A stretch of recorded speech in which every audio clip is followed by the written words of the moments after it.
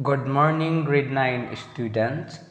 Our topic for today is all about on how to determine the nature of the roots of the quadratic equations and on how to find the sum and the product of the roots of the quadratic equations. But before we proceed to our main topic for today, we are going to review first on how to solve a quadratic equation using the quadratic formula.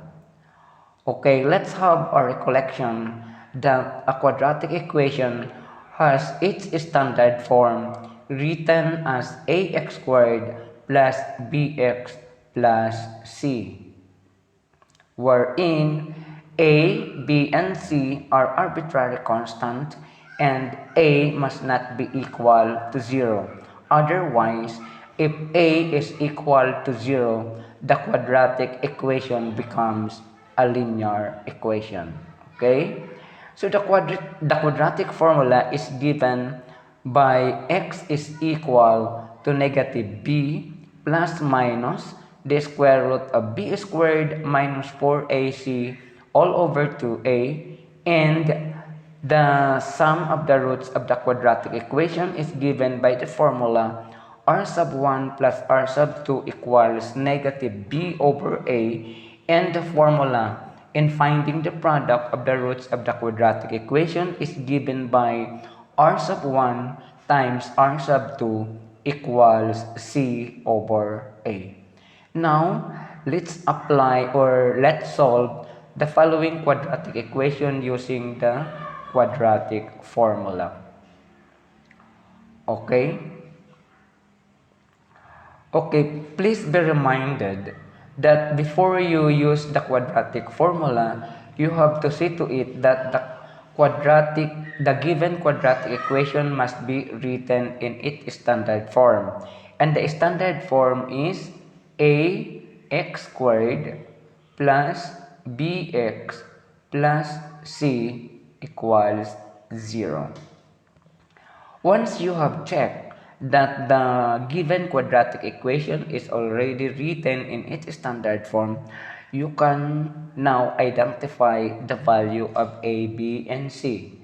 So a is equal to the numerical coefficient of x squared. Since x squared has no numerical coefficient, it is understood that its numerical coefficient is equal to 1. And b is equal to the numerical coefficient of your x term, which is 3. And c is equal to the constant term, which is negative 4. Now, once you have identified the value of a, b, and c, that's the time that you can use the quadratic formula.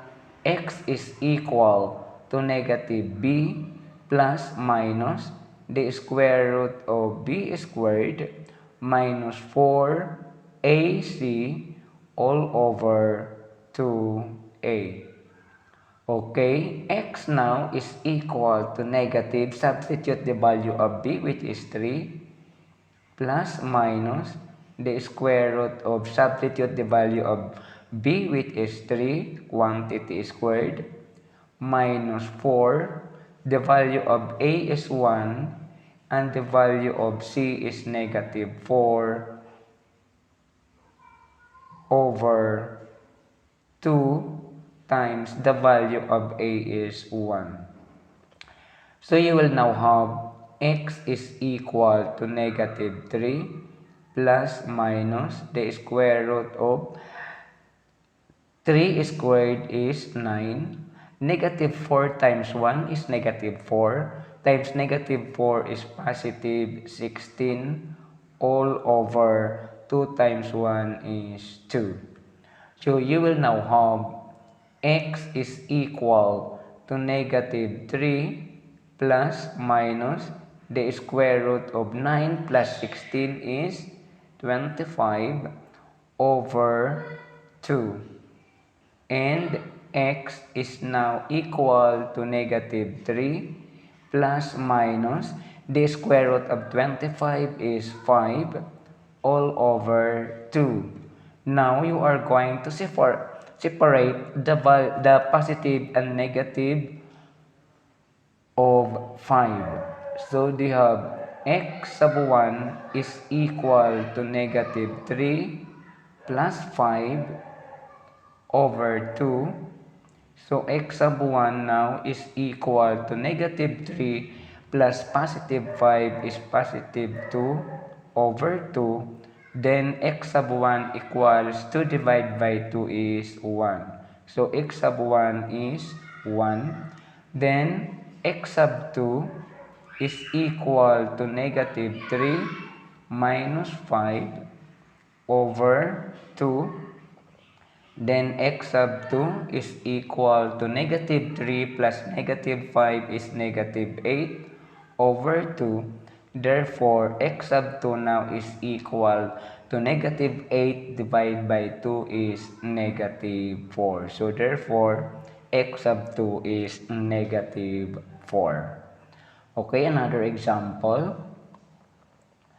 Okay, we were given the equation 2x squared minus x minus 3 equal 0. So we have to check if the given quadratic equation is already in its standard form. The standard form is ax squared plus bx plus c equals 0.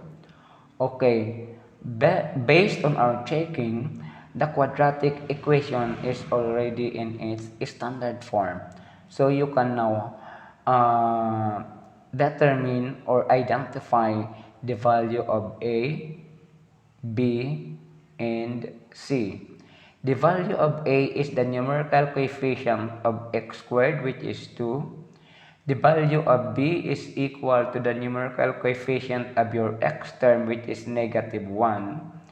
And the value of C is the value of the constant term, which is negative 3.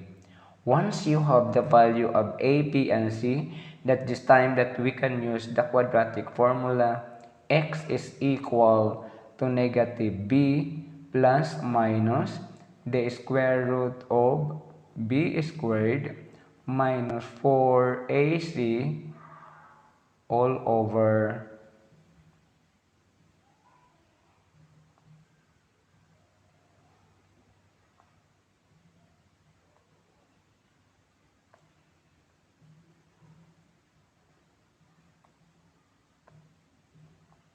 all over 2a.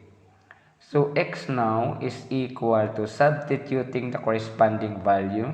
So that is negative, b is negative 1 plus minus the square root of b is negative 1 quantity squared minus 4, a is 2 and c is negative 3 all over 2 times a is 2.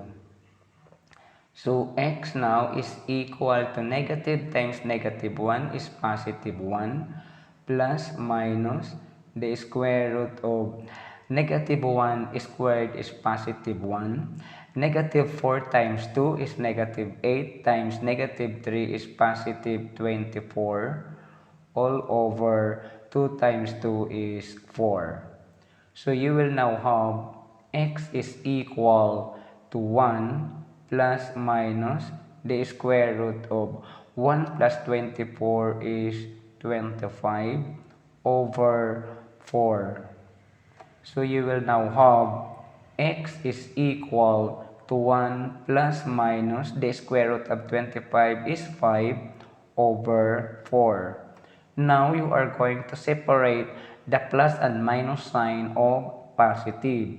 So you will now have x sub 1 is equal to 1 plus 5 over 4. So you will have x sub 1 is equal to 1 plus 5 is 6 over 4. So x sub 1 is equal to 6 and 4 has a common factor which is 2. So you are going to divide both numbers by 2.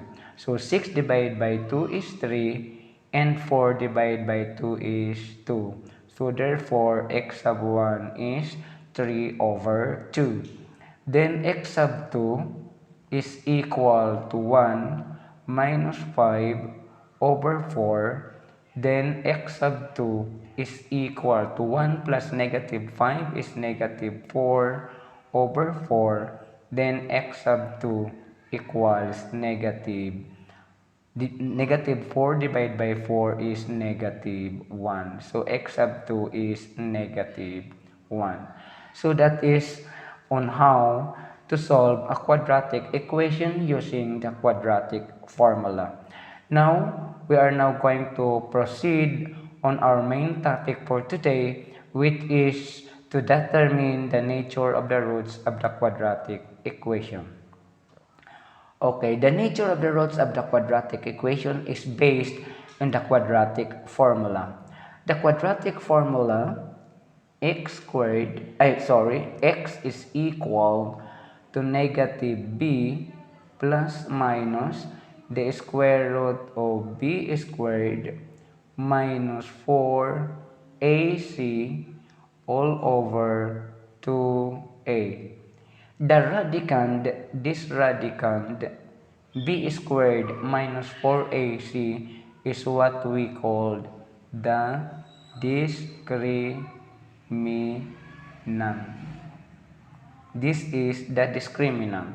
So it is the discriminant that determines or characterizes the nature of the roots of the quadratic equation. So if this is the discriminant,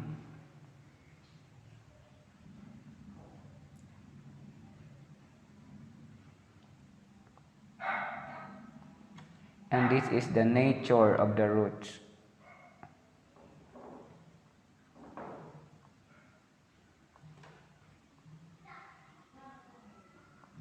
Okay, if the discriminant b squared minus 4ac is equal to 0, the nature of the roots of the quadratic equations are real, rational, and equal. If the discriminant b squared minus 4ac is greater than 0 and a perfect square, the nature of the roots of the quadratic equations are real, rational, and unequal. If the discriminant b squared minus 4ac is greater than 0 but not a perfect square, then the nature of the roots of the quadratic equations are real, irrational, and unequal. Now, if the discriminant b squared minus 4ac is less than 0, the nature of the roots of the quadratic equations are not real and unequal.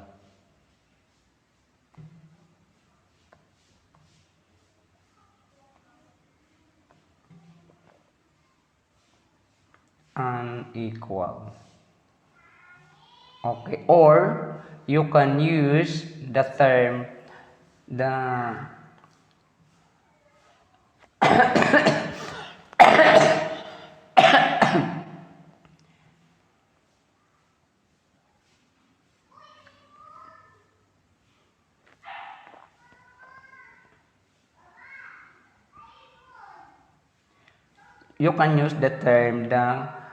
complex conjugate.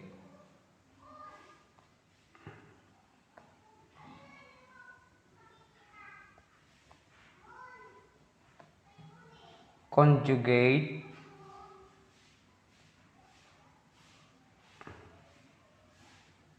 of complex number. complex number. They are the conjugate of complex number. Okay? Okay, now let's apply on how to determine the nature of the roots of the quadratic equation by using the discriminant.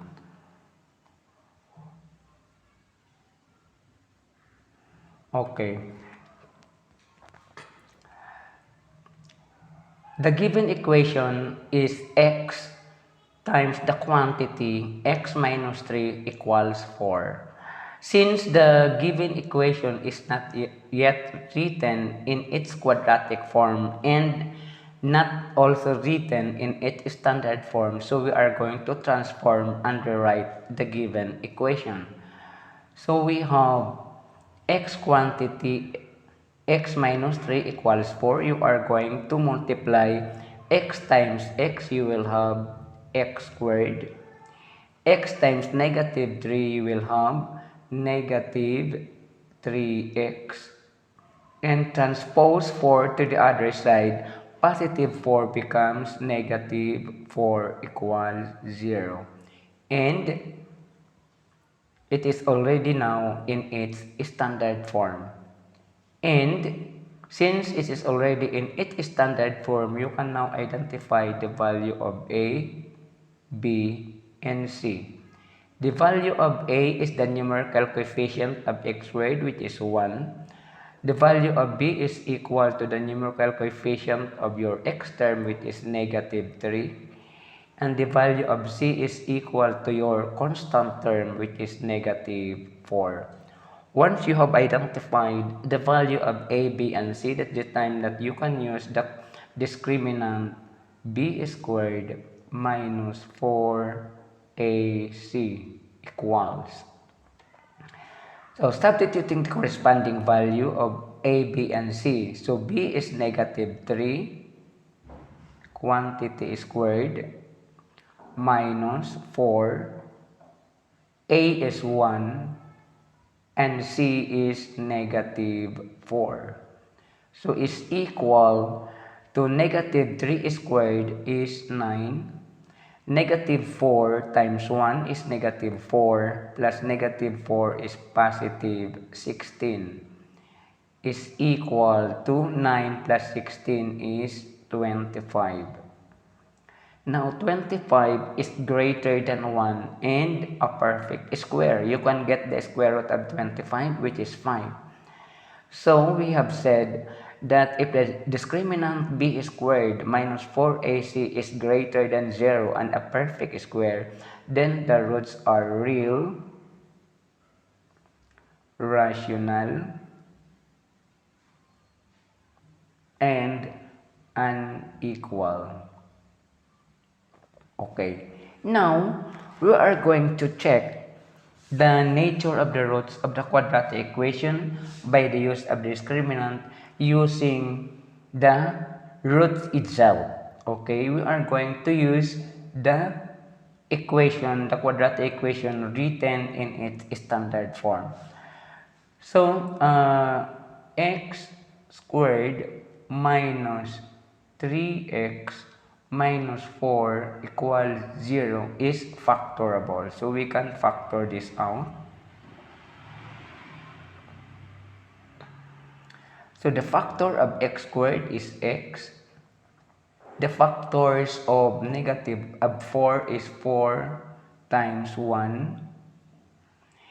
Since the middle term is negative and the constant term or the last term is negative, so therefore it follows that the greater factor of 4 must be negative and the lesser factor is positive, so that if you are going to multiply negative 4 times x, you will have negative 4x. If you are going to multiply x times 1, you will have x. If you are going to add, you will have negative 3x, which is the middle term. Okay? So, equating the factors to 0, you will now have x minus 4 equals 0. The other one, x plus 1 equals 0.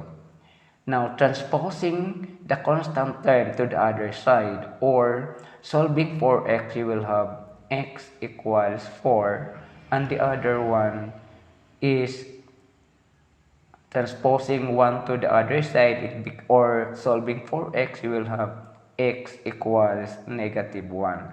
So this is now x sub 1, this is now x sub 2. Now, we are going to check if the nature of the roots of the quadratic equation using the discriminant are the same when we solve for the roots. Okay, 4 and 1 negative 1 are real numbers. Check. 4 and negative 1 are rational numbers. Check. 4 is not equal to negative 1. Check, they are unequal. So therefore, the nature of the roots of the quadratic equation using the discriminant are correct. Okay? Example number 2. Okay, the given equation 9x squared plus 12x plus 4 equals 0 is already written in its standard form, which is ax squared plus bx plus c equal 0. So since it is already written in its standard form, we are now going to identify the value of a, b, and c. Okay, the value of a is the numerical coefficient of your x squared term, which is 9. Now, b is the value of the numerical coefficient of your x term, which is 12. And c is equal to the value of your constant term, which is positive 4.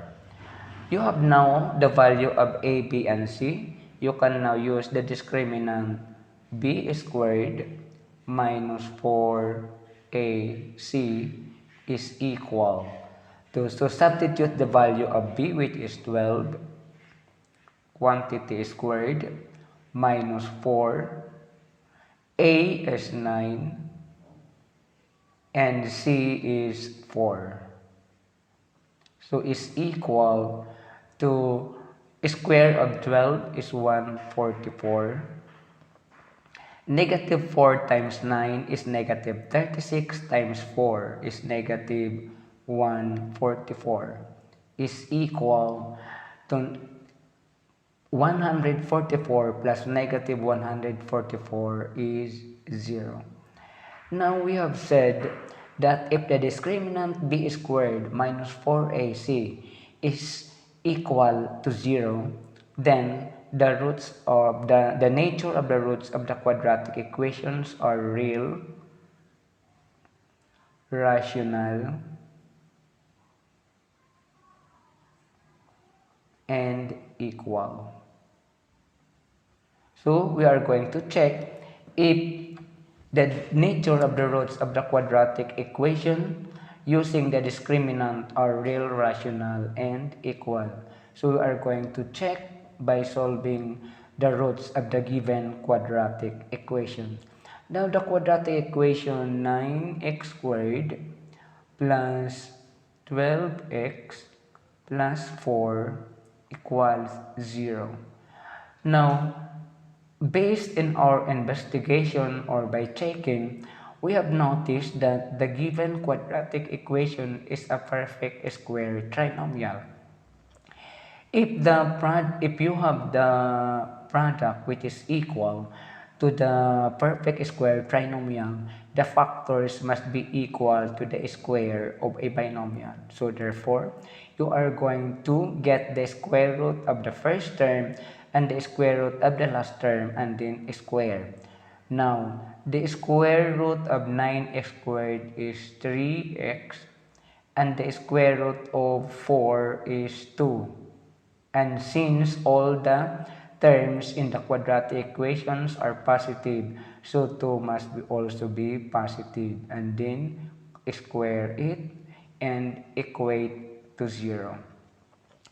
Okay, equating the factors to 0, so you will have 3x plus 2 equal 0. and the other one 3x plus 2 equals 0. So you will now have transpose 2 to the other side, it becomes negative, so therefore the equation becomes 3x equals negative 2. Dividing both sides of the equation by 2, you will have x equals negative 2 over 3. This is now x sub 1. Now the other factors, transposing 2 to the other side, the equation becomes 3x equals negative 2. Dividing both sides of the equation by 2, you will have x is equal to negative 2 over 3. This is now x sub 2. Now, negative 2 over 3 and negative 2 over 3 are real numbers. Check. Negative 2 over 3 and negative 2 over 3 are rational numbers. Check. Negative 2 over 3 is equal to negative 2 over 3. Yes, they are equal. So therefore, the nature of the roots of the quadratic equation using the discriminant are correct. Okay. Another example, number 3.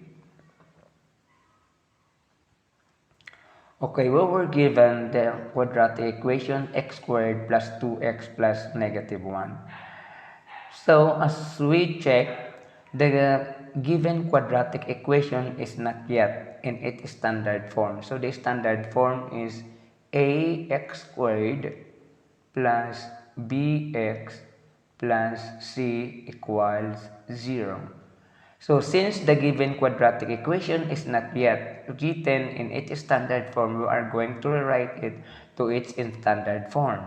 So the equation becomes x squared plus 2x, transpose negative 1 to the other side of the equation, it becomes positive 1, and equate the equation to 0. Okay, now the quadratic equation is already in its standard form, so we can now identify the value of a, b, and c. So a is the numerical coefficient of your x squared, which is 1. B is the equal to the numerical coefficient of your x term, which is 2. And c is equal to the value of your constant term, which is 1.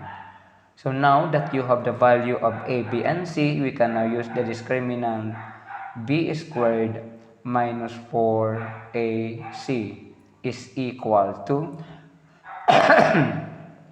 substituting the corresponding value of a, b, and c in the discriminant. So b is equal to 2 quantity squared minus 4, a is 2, and c is 1.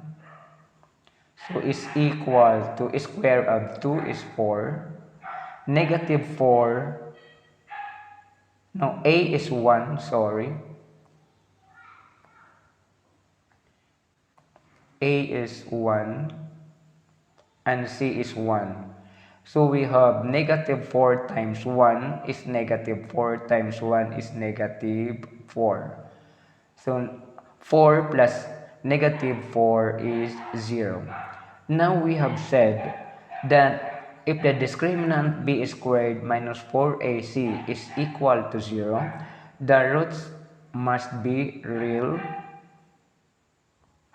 rational, and equal. So we are going to check if the nature of the roots of the quadratic equations using the discriminant are really real, rational, and equal using the roots. Okay? We are going to use the quadratic equation in its standard form. The quadratic equation is in its standard form is x squared plus 2x plus 1 equals 0. Okay, based on our checking or investigation, it seems that the given quadratic equation is a perfect square trinomial. If the product is a perfect square trinomial, then the factors must be the square of a binomial. So you are just going to get the square root of your first term and the second and the last term. So the square root of x squared is x plus the square root of 1 is 1, then square and equate the factors to 0. So equating the factors to 0, x plus 1 equals to 0 and the other one, x plus 1 equals 0. Now, transpose 1 to the other side or solving for x, you will have x equals negative 1. So this is now your x sub 1. So solving for x, the other factors, so x is equal to negative 1. This is now x sub 2. Okay, we are going to check. Negative 1 and negative 1 are real numbers. Yes, check. Negative 1 and negative 1 are rational numbers. Yes, check. Negative 1 is equal to negative 1. Yes, they are equal. So therefore, the nature of the roots of the quadratic equation using the discriminant are correct. Okay, last example. Okay. Okay, we have the quadratic equation x squared minus x equals 6. As you can see, the given quadratic equation is not yet in its standard form. The standard form is ax squared plus bx plus c equals 0. So therefore, we are going to rewrite the quadratic equation. The quadratic equation now becomes x squared minus x transpose positive 6 to the other side, it becomes negative 6 equals 0. Once the quadratic equation is already in its standard form, we can now identify the value of a, b, and c.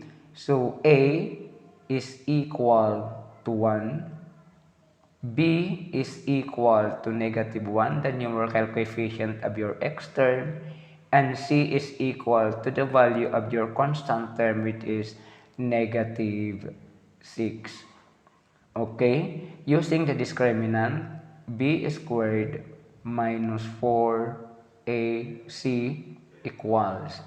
So substituting the value of b, which is negative 1, quantity squared, minus 4, a is 1, and c is negative 6. So is equal to square of negative 1 is 1. Negative 4 times 1 is negative 4 times negative 6 is positive 24 is equal to 1 plus 24 is 25. So we have said that if the discriminant b squared minus 4ac is greater than 0 and a perfect square, 25 is a perfect square and you can get the square root of 25, which is 5. The roots must be real, rational, and unequal. So if you are going to check using the roots, okay, based on the quadratic equation in its standard form, x squared minus x minus 6 equals 0. So the given quadratic equation is factorable. So we can factor this out. The factors of x squared is x times x. The factors of 6 is 3 times 2. Okay, since 6 is negative and the middle term is negative, it follows therefore that the greater factor of 6 must be negative and the lesser value must be positive. So that if you are going to multiply negative 3 times x, you will have negative 3x. 2 times x is 2x. If you are going to add, you will have negative x, which is the middle term. Okay. Now, Equating the factors to 0, you will have x minus 3 equals 0. Transpose 3 to the other side, you will have x equals positive 3. So this is now your x sub 1. The other factors, x plus 2 equals 0. Then x equals, transposing 2 to the other side, it becomes negative 2. This is now your x sub 2. Now let's check. 3 and negative 2 are real numbers. Yes, they are real numbers. Check. 3 and negative 2 are rational numbers. Yes, they are rational numbers. 3 is not equal to negative 2. Check, they are not equal.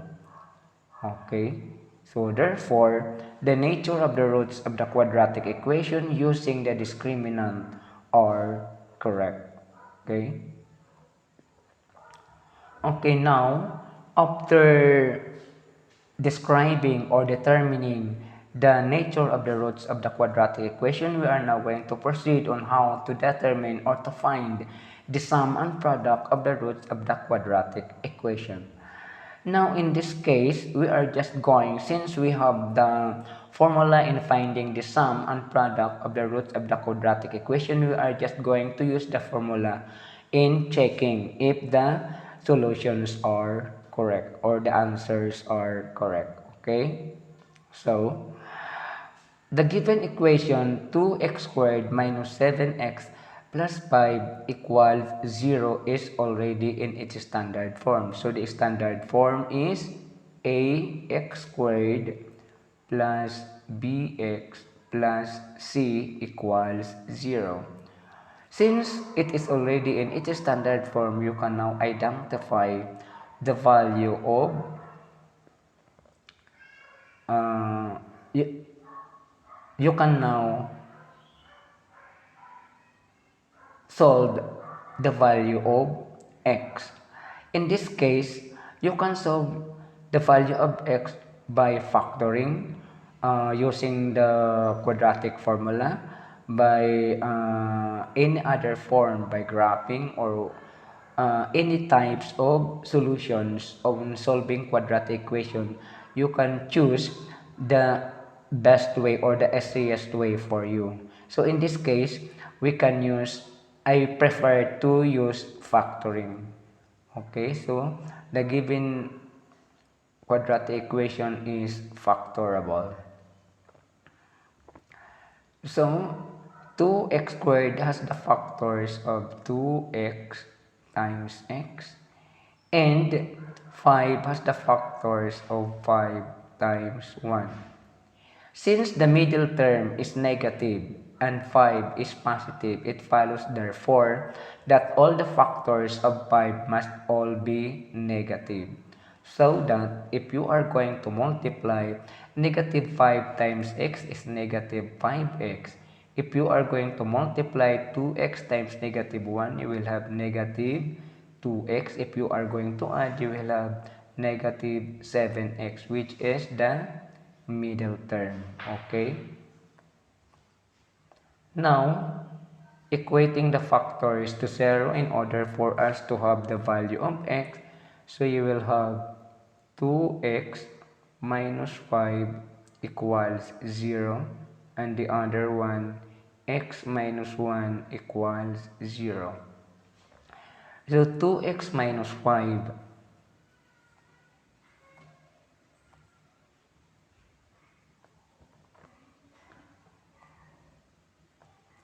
so 2x minus 5, transpose negative 5 to the other side, the equation becomes 2x equals 5. And dividing both sides of the equation by 2, you will have x is equal to 5 over 2. This is x sub 1 or r sub 1. Then equate the factors 0, you have x minus 1. Transpose negative 1 to the other side, you will have x equals 1. If you are going to add 5 over 2 plus 1 is equal to, the LCD is 2. Then 2 divided by 2 is 1 times 5 is 5. 2 divided by 1, this is 1 has new numerical coefficient, therefore a new denominator, so therefore the denominator of 1 is 1. So 2 divided by 1 is 1 times 1 is 2. So 5 plus positive 2 is 7 over 2. If you are going to multiply 5 over 2 times 1, you will have 5 over 2. If you are going to use the formula, so r sub 1 plus r sub 2 is equal to negative b over a is equal to b is negative 6, the numerical coefficient of your x term. So that is negative 7 over a is the numerical coefficient of x squared, which is 2. So therefore, negative times negative 7 is 7 over 2, which is equal to 7 over 2. So this is check. R sub 1 times R sub 2 is equal to C over A is equal to C is the constant term, which is 5, and A is the numerical coefficient of x squared, which is 2. So 5 over 2 and 5 over 2, they are equal. So check. Okay. Another example, number 2. So the x squared minus 5x plus 6 equals 0 is already in its standard form, which is a squared plus bx plus c equals 0. Now the given quadratic equation is factorable, so we can factor this out. The factors of x squared is x times x, and the factors of 6 is 3 times 2. Since the middle term is negative and 6 is positive, therefore it follows that all the factors of 6 must all be negative. So that if you are going to multiply, negative 3 times 2 is negative 3x. X times negative 2 is negative 2x. If you are going to add, you will have negative 5x, the middle term. Okay? So equating the factors to 0, you will have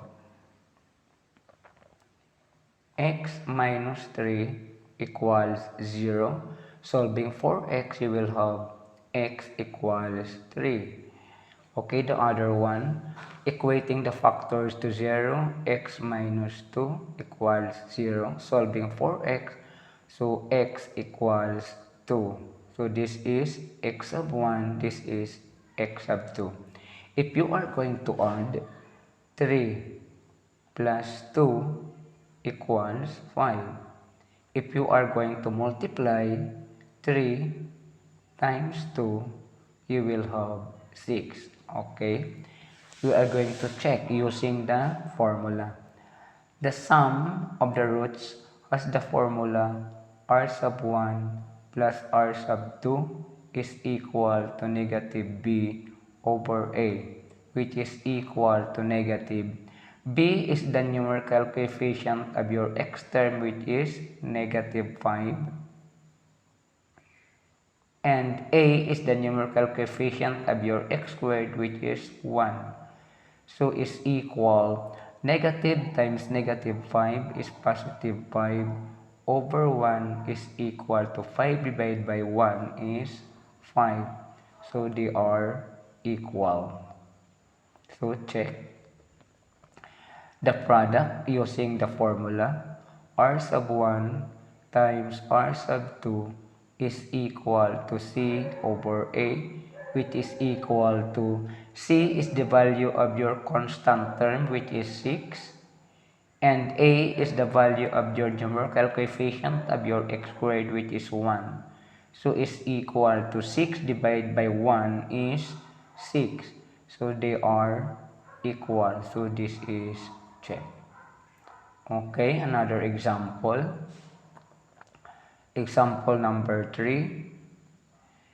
So if we will notice that the given quadratic equation is already in its standard form, that is ax squared plus bx plus c equals 0.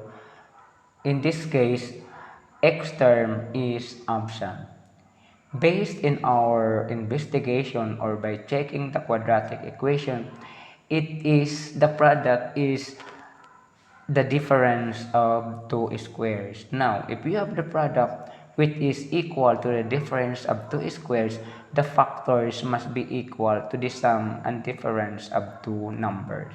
So it means that you are going to get the square root of the first term and the square root of the last term, and one is positive and the other one is negative. So we have the square root of x squared is x. The square root of 4 is 2. So 1 is positive, the other one is negative. And then equating the factors to 0, you will have x plus 2 equals 0. Solving for x or transposing the constant to other side, so x is equal to negative 2. And this is your x sub 1. Then the other one, x minus 2 equals 0.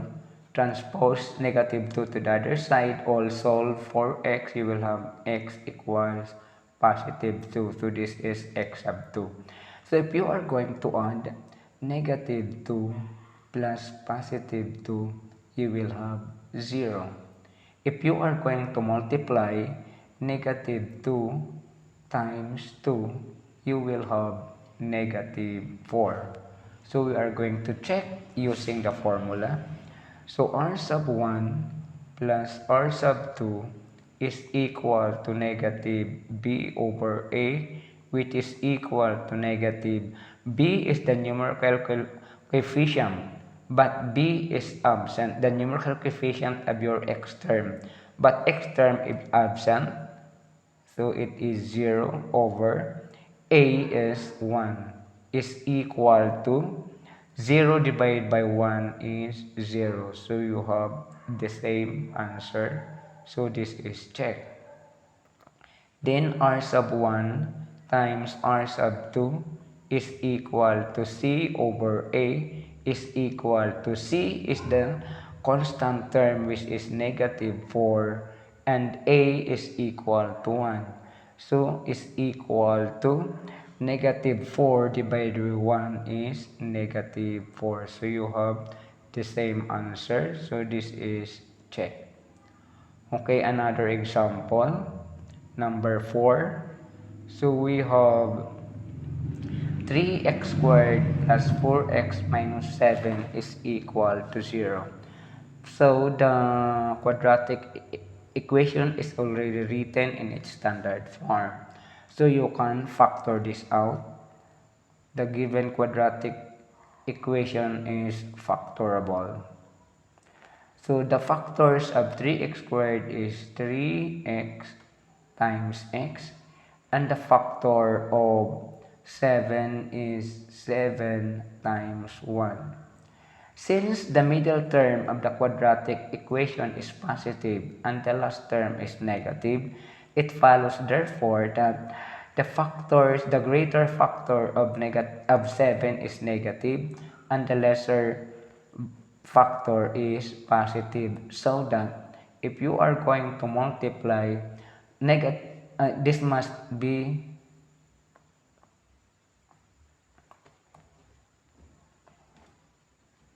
the greater factor must be positive and the lesser factor must be negative, so that If you are going to multiply 7 times x, you will have 7x. 3x times negative 1 is negative 3x. If you are going to add, you will have positive 4x, which is the middle term. Now, equating the factors to 0, you will have 3x plus 7 equals 0. Transpose 7 to the other side, you will have 3x is equal to negative 7. Dividing both sides of the equation by 3, x now is equal to negative 7 over 3. The other one, equate the factors to 0. You have x minus 1 equals 0. Transposing 1 to the other side or solving for x, you will have x equals 1. So if you are going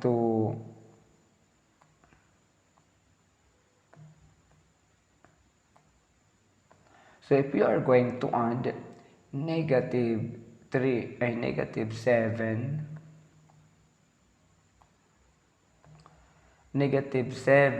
over 3 plus 1 is equal to, the LCD is 3.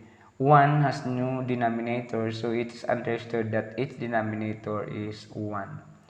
So 3 divided by 3 is 1 times negative 7 is negative 7. 3 divided by 1 is 3 times 1 is positive 3.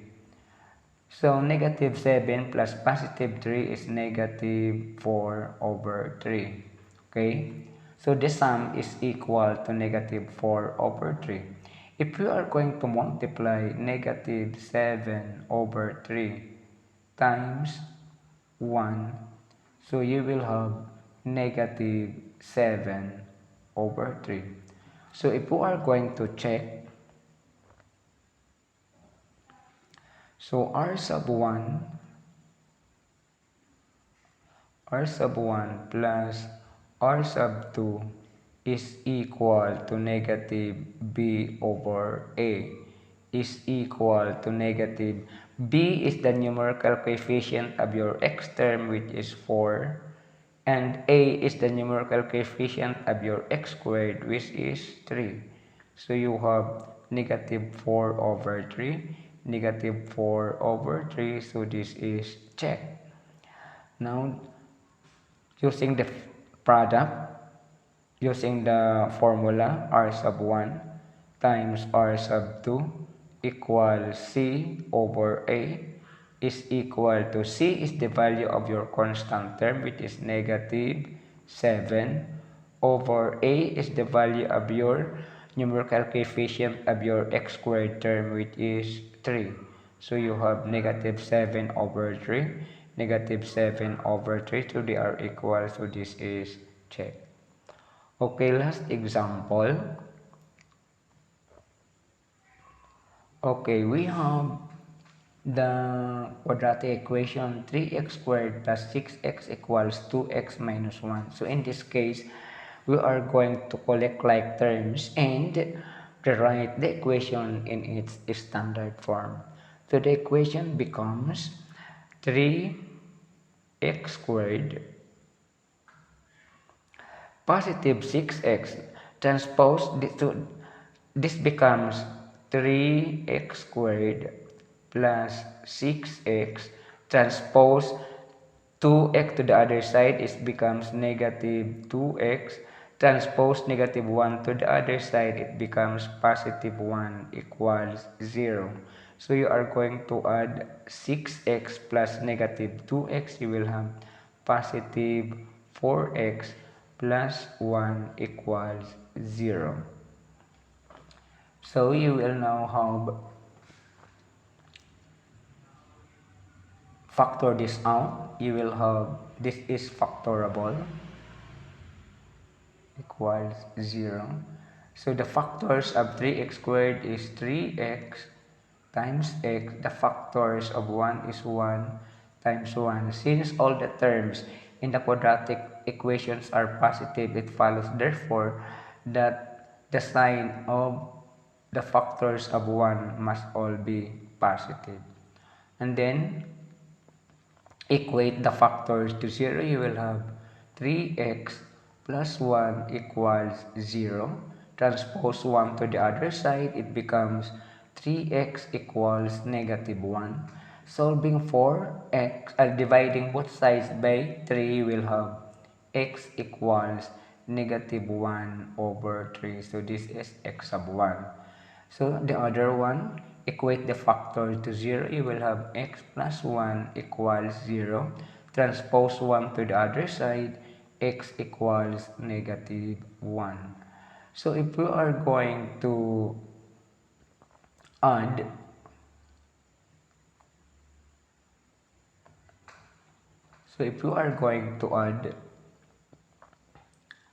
negative 1/3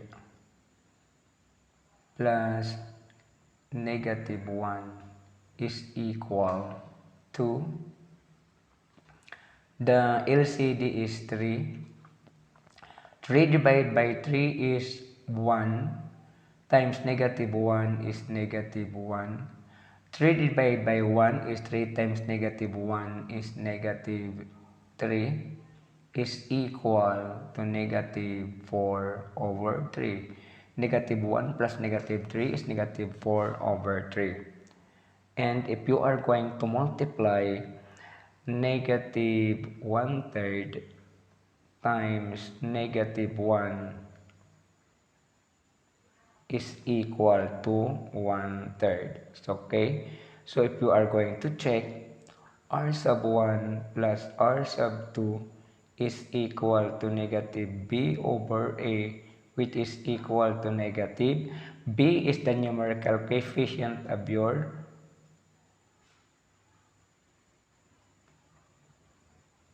x term, which we are going to use this equation, which is 4, and a is the numerical coefficient of your x squared term, which is 3. So this sum is negative 4 over 3. This sum is negative 4 over 3. So they are equal. So this is checked. The product r sub 1 times r sub 2 is equal to c over a is equal to c is the value of your constant term, which is 1, and a is the value of the numerical coefficient of your x squared, which is 3. So the product is 1 over 3 and they are equal. So this is checked. Okay, so that is all for today. uh, Please answer activity A and activity 2.